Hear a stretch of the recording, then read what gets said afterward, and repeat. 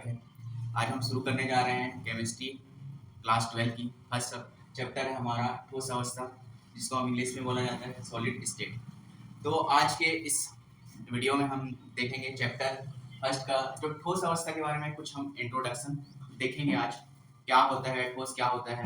हमको तो पता है कि हमारी जो अवस्थाएं हैं मुख्य रूप से कितनी अवस्थाएं होती हैं, 3। ये आपने सब जो है 9 बेस है हमारा 9 क्लास 10 क्लास से हम पढ़ते आ रहे हैं। जो ठोस अवस्था होती है वो 3 टाइप्स की होती है, लेकिन ऐसा नहीं कि बस 3 टाइप्स का होता है, उसमें भी और होते हैं। तो हम पहले स्टार्ट करेंगे चैप्टर ठोस अवस्था या सॉलिड स्टेट।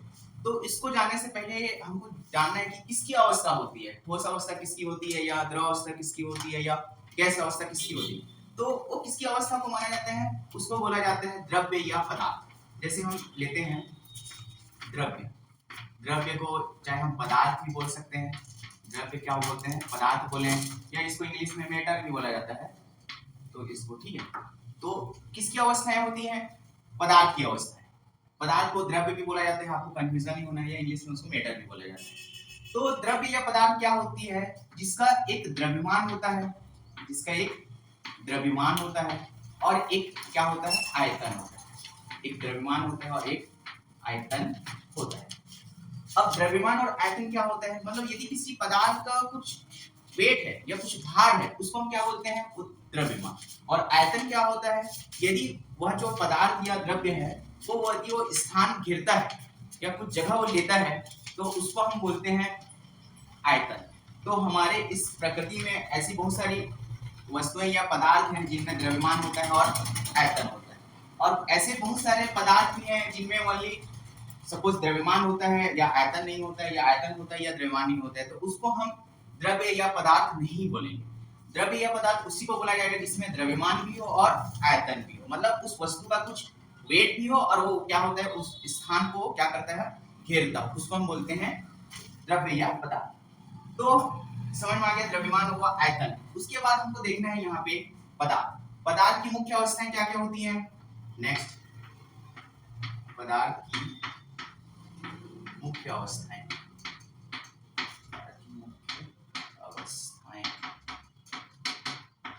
देखो पदार्थ की मुख्य अवस्थाएं मुख्य रूप से हम देखते हैं। पहला हमारा मुख्य अवस्थाएं हम लेते हैं, ठोस अवस्था होती है, उसके बाद एक द्रव अवस्था होती है ना, एक द्रव अवस्था, एक और होती है गैस अवस्था।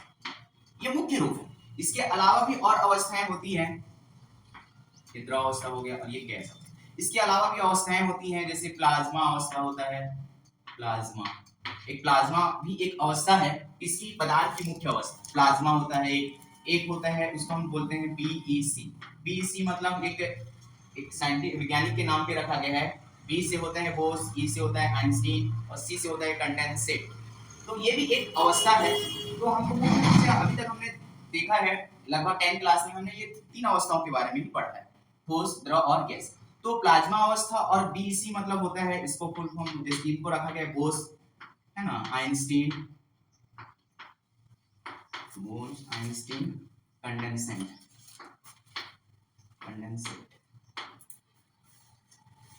इनका ये फुल नेम है, इनके नाम पे एक अवस्था रखी गई है। तो ये अवस्था जो होती है कौन से अवस्था में पाया जाता है, ये ऐसी अवस्था, ये बहुत ही निम्न तापों पर, मतलब इसका ताप क्या हो, बहुत ही कम हो, तब एक अवस्था मिलती है, उसको हम बोलते हैं बीईसी अवस्था या बोस आइंस्टीन कंडेंसेट स्टेट। और प्लाज्मा अवस्था यही आपको पता रहना चाहिए कि ये बहुत ही उच्च ताप पर एक अवस्था है, प्राप्त होता है, उसको हम बोलते हैं प्लाज्मा अवस्था। तो ये 2 चीज याद रखना है, ये बहुत उच्च ताप पर मिलेगा और ये बहुत ही निम्न ताप पर मिलेगा। और आप तो इनके बारे में जानते हैं, ठोस, द्रव और गैस। अब हमको इसमें फर्स्ट चैप्टर में हमको ये पढ़ना है ठोस के बारे में, क्योंकि द्रव और गैस हमको अभी नहीं पढ़ना है। हमको जो पढ़ना है बोलेगा ठोस अवस्था, तो हम ठोस अवस्था के बारे में पढ़ेंगे। हम अब पढ़ेंगे ठोस अवस्था। यहाँ से हमको लेना है हमको ठोस क्या होता है, ठोस क्या होता है अब हम देखते हैं। ठोस वे पदार्थ होते हैं जिनमें क्या होती है, वे पदार्थ होते हैं, वे पदार्थ होते हैं जिनमें क्या क्या होती है, जिनमें आपका क्या क्या होती है, दृढ़ता होती है। दृढ़ता मतलब बहुत ही कठोर होती है, दृढ़ता मतलब बहुत ही कठोर होती है। तो ठोस वे पदार्थ होते हैं जिनमें दृढ़ता होती है, साथ ही इनका आकार व आयतन जो होता है क्या होता है, निश्चित होता है। आकार व आयतन निश्चित होता है, आयतन निश्चित होता है, आयतन निश्चित।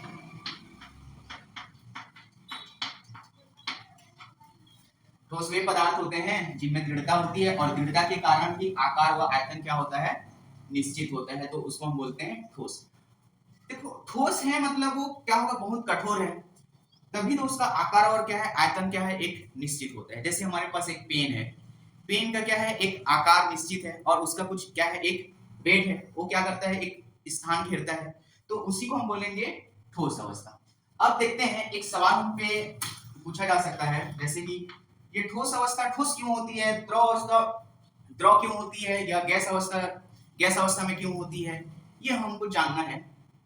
तो ठोस अवस्था ठोस क्यों होती है, अब हम ठोस के बारे में पढ़ रहे हैं, तो ठोस अवस्था जो है ठोस क्यों होती है, ठोस अवस्था ठोस क्यों होती है, ठोस अवस्था ठोस क्यों है ना, गैस अवस्था गैस क्यों, तो इसके दो कारक होते हैं, इसके क्या होते हैं, दो कारक होते हैं, इसके दो कारक हैं होने का, है ना, ठोस अवस्था ठोस क्यों होती है, अवस्था। दो कारक में पहला कारक है अंतराणिक बल,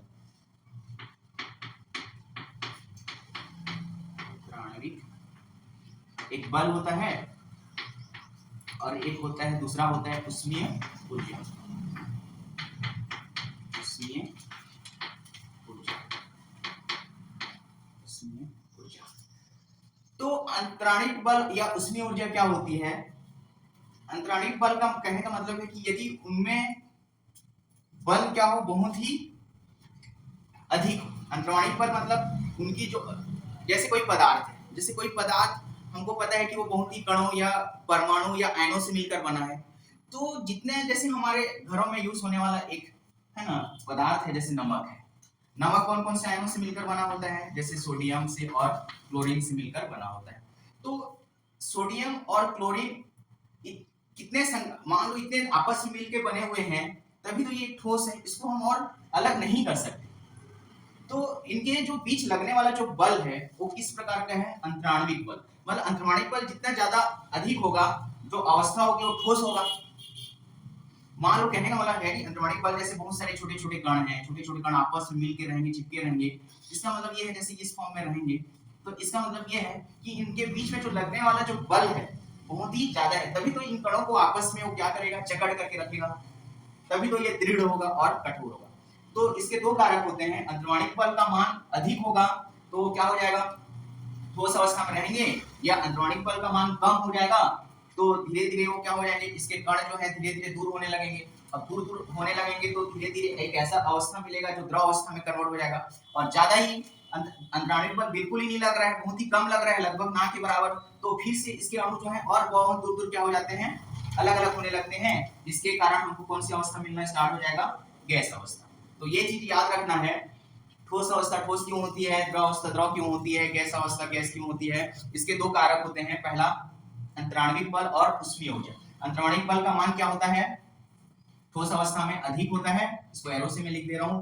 उष्मीय ऊर्जा, उष्मीय ऊर्जा मतलब उसको दोनों के बीच में यदि हम क्या करेंगे, उष्मीय ऊर्जा का मान अधिक होता है तो उसके जो कण होते हैं वो क्या होते हैं, दूर दूर होते हैं, मतलब ये क्या करते हैं, अंतराणिक बल जो है जोड़ने का काम करते हैं दो कणों को या अणुओं को या परमाणुओं को या आयनों को, और उष्मीय ऊर्जा उस पे क्या करते हैं, एक ताप है जो क्या करते हैं, अणु या परमाणु या कणों को दूर करता है, अलग करने की कोशिश करता है। तो ठोस अवस्था में आपको याद रखना है कि उष्मीय ऊर्जा का मान जो होता है कम होता है, इसको हम एरो से ले सकते हैं, ये इसको कम लिख सकते हैं, और अंतराणिक का मान क्या होता है, ये अधिक।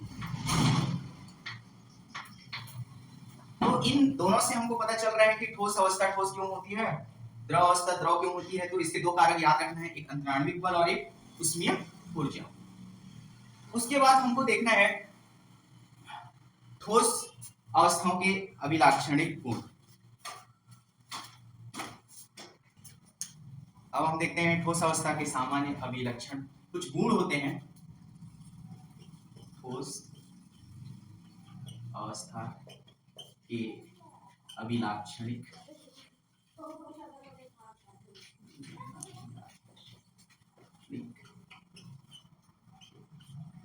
गुण। ठोस अवस्था के अभिलाक्षणिक गुण क्या क्या होते हैं? अभिलाक्षणिक मतलब जो खास होते हैं, जो बहुत सारे क्या। तो ठोस अवस्था के अभिलाक्षणिक गुण मतलब जो खास खास गुण हैं उनको हमको देखना है। तो ठोस अवस्था के अभिलाक्षणिक गुण में पहला होता है अंतराणविक। अंतराणविक दूरियां बहुत ही कम होती है। अंतराणिक दूरियां बहुत कम होती है, बहुत कम होती है। अंतराणिक दूरियां बहुत कम होती है मतलब जैसे ठोस है, ठोस को मैंने अभी बताया आपको कि ये बहुत पूरे पास पास ऐसे पूरे एक दूसरे से क्या करते हैं, चिपके हुए रहते हैं। तो इनके जो बीच दूरी है, इन कणों के बीच की दूरी बहुत ही कम होना चाहिए ना, तभी तो ये ठोस अवस्था में रहेंगे या दृढ़ रहेंगे। तो इसलिए हमारे जो खास गुण होना चाहिए ठोस में वो क्या होता है, अंतराणिक दूरियां बहुत ही कम होती है। उसके बाद दूसरा हम गुण देख लेते हैं।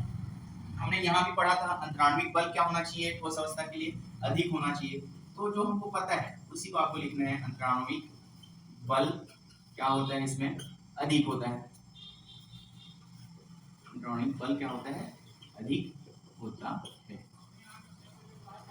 तीसरा हम देख लेते हैं, इसमें जो घनत्व का मान होता है वो भी बहुत अधिक होता है। घनत्व का मान, घनत्व क्या होता है, बहुत अधिक होता है, बहुत अधिक होता है। घनत्व क्या होता है, घनत्व को हम इंग्लिश में डेंसिटी बोलते हैं। तो डेंसिटी को डी से हम डिनोट करते हैं। तो डेंसिटी या घनत्व बराबर क्या होता है, द्रव्यमान डिवाइडेड बाई, है ना, उसको हम बोलते हैं आयतन। तो डी या घनत्व, डी या इसको हम लिख सकते हैं घनत्व भी लिख सकते हैं, ऐसा नहीं है। तो घनत्व बराबर क्या होता है, द्रव्यमान डिवाइडेड बाई आयतन। तो ठोस अवस्था में जो होता है घनत्व भी क्या होता है, बहुत अधिक होगा। मतलब जैसे द्रव्यमान होगा उसका भार उसके अनुसार वो क्या करेगा, वो अपना जगह लेगा। तो ठोस में घनत्व अधिक होता है। और कुछ अभिलक्षणिक गुण देख लेते हैं। इनका जो गलनांक तथा क्वथनांक क्या होते हैं, कुछ होते हैं। इनका गलनांक, इनका गलनांक व क्वथनांक क्या होता है, कुछ होता है ना, कुछ गलनांक या क्वथनांक क्या होता है, अधिक होता है या कुछ होता है।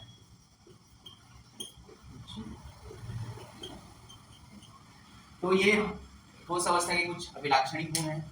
आपको ज्यादा नहीं पूछा जाएगा इसमें, वैसे ही कम से कम 4-5 तक याद कर लेना कि अभिलाक्षणिक गुण क्या होते हैं, जो मेन अभिलाक्षण बोले जो खास है।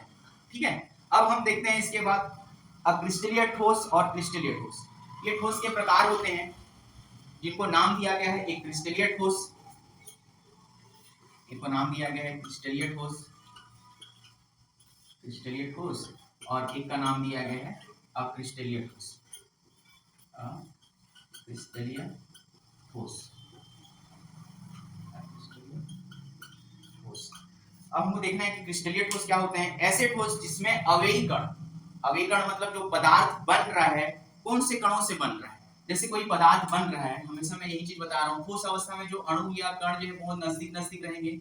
तो ये जो बन रहा है, जो ये कण जो व्यवस्थित हैं, उनका कोई क्रम है या नहीं है, उसी को बोला जाता है क्रिस्टलीय ठोस। उसको क्या बोला जाता है, क्रिस्टलीय ठोस। जो पदार्थ बन रहे हैं उनके जो अणु या कण हैं किसी क्रम में व्यवस्थित है या नहीं। यदि वो किसी क्रम में व्यवस्थित है तो उसको हम बोलेंगे क्रिस्टलीय ठोस। और यदि उस पदार्थ के जो कण हैं किसी क्रम में व्यवस्थित नहीं है, कहीं से भी आ जा रहे हैं, है ना, उनका कोई क्रम का कोई रूप नहीं है, तो उस ऐसे प्रकार ऐसे ठोस को हम बोलेंगे अक्रिस्टलीय ठोस। तो यहाँ पे लिख सकते हैं क्रिस्टलीय ठोस क्या होते हैं, ऐसे ठोस, ऐसे ठोस जिनके अवयवी कणों में कोई क्रम, जिनके अवयवी बनने वाले, अवयवी मतलब क्या है, अवयवी कणों में क्रम व्यवस्थित, में क्या हो, क्रम व्यवस्थित व्यवस्थित हो, तो ऐसे ठोस को हम बोलेंगे क्रिस्टलीय ठोस। और अक्रिस्टलीय ठोस हमको किसको बोलेंगे, ऐसे ठोस जिनके अवयवी कणों में कोई क्रम व्यवस्थित नहीं, ऐसे ठोस जिनके अवयवी कणों में क्रम व्यवस्थित न हो,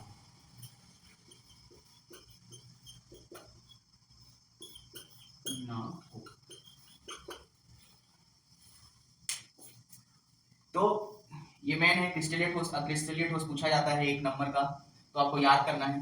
तो आज के वीडियो में हम एक बार फिर से रिपीट कर लेते हैं, हमने क्या क्या देखा। केमिस्ट्री फर्स्ट चैप्टर का इंट्रोडक्शन हमने देखा, ठोस अवस्था है ना, जिसको हम सॉलिड स्टेट बोलते हैं, द्रव्य या पदार्थ या मेटर है ना, चाहे द्रव्य बोले चाहे पदार्थ बोले या मेटर क्या होता है, जिसका द्रव्यमान और आयतन होना चाहिए। उसके बाद पदार्थ की मुख्य अवस्थाएं होती हैं 3, और भी होता है प्लाज्मा अवस्था है ना, बीईसी या बोस-आइंस्टीन कंडेंसेट होता है। तो हमको ठोस अवस्था के बारे में पढ़ना है, इसलिए हमने ठोस देखा। ठोस क्या होते हैं, वे पदार्थ होते हैं जिनमें दृढ़ता होती है, और दृढ़ता के कारण क्या होता है, उनका आकार व आयतन निश्चित होता है। और ठोस अवस्था को ठोस क्यों बोला जाता है, तो उसके 2 कारक मैंने बताया। पहला कारक बताया अंतराण्विक बल के कारण, और एक उसमें ऊर्जा के कारण। तो अंतराण्विक बल ठोस अवस्था में क्या होती है, बहुत अधिक होता है, और उसमें ऊर्जा का मान ठोस अवस्था में बहुत कम होता है। उसके बाद हमने देखा ठोस अवस्था की अभिलाक्षणिक गुण या कुछ खास गुण क्या क्या होना चाहिए। अंतराण्विक दूरियां बहुत कम होना चाहिए, तभी तो जो कण है बहुत ही आपस में एक दूसरे से क्या करेंगे, चिपके हुए रहेंगे। दूसरा हमने देखा अंतराण्विक बल अधिक होगा, बल अधिक होगा तभी तो आपस में वो क्या करेगा, एक दूसरे को आकर्षित करेगा। तीसरा देखा घनत्व तो अधिक होता है, जितना द्रव्यमान होगा उसके आयतन पर निर्भर करता है। इनका गलनांक और पतनांक जो होते हैं बहुत ही उच्च होते हैं। उसके बाद हमने देखा ठोस में अवस्था में एक क्रिस्टलीय ठोस और एक अक्रिस्टलीय ठोस, मतलब ऐसे अवयव कण जिनमें एक क्रम व्यवस्थित, ऐसे ठोस को हम क्या बोलेंगे, क्रिस्टलीय ठोस। और अक्रिस्टलीय ठोस किसको बोलेंगे, ऐसे ठोस जिनके अवयव कणों में कोई क्रम व्यवस्थित न हो, उसको हम बोलेंगे अक्रिस्टलीय ठोस। ठीक है स्टूडेंट, आज के लिए इतना बस। नेक्स्ट वीडियो में हम इसके आगे चलेंगे। Thank you.